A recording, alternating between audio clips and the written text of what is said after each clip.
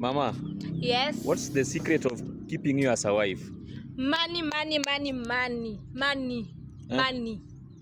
Umeuliza, that is my love language. Love language yangu ni money. Ukitaka nikue happy, money. Ukitaka nikae tu wewe, mood zangu zina activate na M-Pesa message. Ukitaka nikue tu niko na moods, confirm something hapo kwa M-Pesa. Pesa. Nani hapendi pesa? Mwanamke mgani hapendi pesa? So umesema tu the secret of keeping you as a wife ni pesa. Hakuna kitu kingine? Money. Juu sasa mahitaji ni mingi, kila kitu ni pesa. Sasa nitaanza kusema napenda nini? Napenda ugali. Napenda pesa. Kila kitu hii Kenya ni pesa. Na hakuna mwanamke hapendi pesa. Wasikudanganye eti mimi sipendi pesa.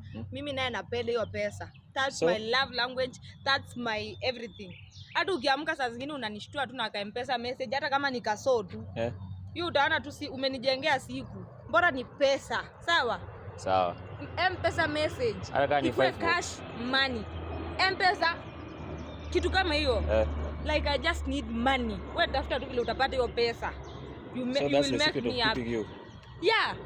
Kitu kingine tu, lakini hiyo si hiyo peace of mind. Lakini pia hiyo ukiwa na pesa si uko nayo. Kwa hivyo ni money tu. Money kila kitu.